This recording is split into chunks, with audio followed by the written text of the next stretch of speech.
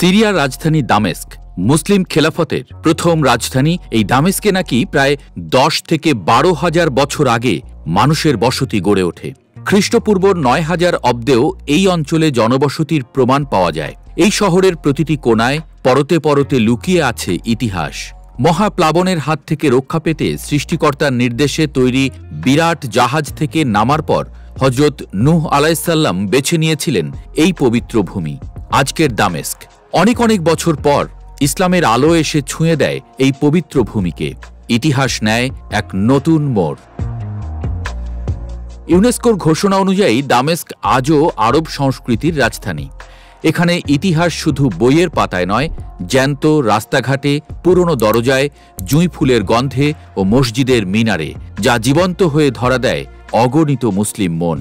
পুরাতাত্ত্বিক খননে এখানে মিলেছে খ্রিস্টপূর্ব 9,000 অব্দের প্রাচীন নিদর্শন। জানা যায় আরামিয়ানদের আগমনেরও বহু আগে থেকেই জীবন ও সভ্যতার স্পন্দন ছিল।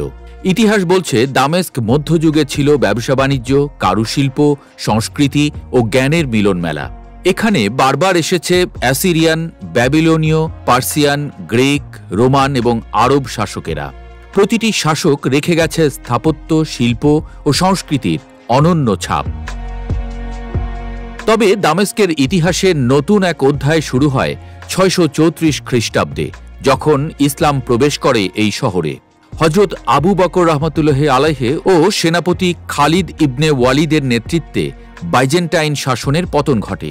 এর কিছুদিন পর উমাইয়া খেলাফতের অধীনে খলিফা আল ওয়ালিদ এখানেই স্থাপন করেন ইসলামী সাম্রাজ্যের প্রথম রাজধানী। এই দামেস্কেই রয়েছে ইসলামের এক অনন্য নিদর্শন, উমাইয়া মসজিদ, যা আজও টিকে রয়েছে ইসলামী স্থাপত্যের গৌরব হিসেবে। 715 খ্রিস্টাব্দে নির্মিত এই মসজিদটি এমন এক স্থানে দাঁড়িয়ে যেখানে আগে ছিল অ্যারামিয়ানদের মন্দির, পরে রোমানদের গির্জা। সেই পবিত্র স্থানে আজ ইসলামের অন্যতম গুরুত্বপূর্ণ উপাসনালয় মাথা তুলে দাঁড়িয়ে আছে। মসজিদটির নকশা আল কুরআনের জান্নাতের বর্ণনা দ্বারা অনুপ্রাণিত।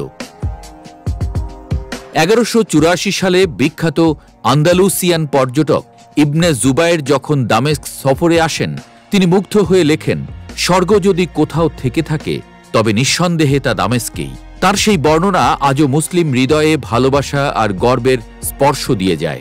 সিটি অফ জেসমিন হিসেবে পরিচিত উমাইয়া খলিফাদের শাসনে সমৃদ্ধ এই শহরটি এখন যুদ্ধবিধ্বস্ত এক শহরের নাম। এরপরও যেন ইসলামের অতীত গৌরব আর ভবিষ্যতের আশাবাদের বার্তা নিয়ে মাথা উঁচু করে দাঁড়িয়ে থাকে দামেস্ক।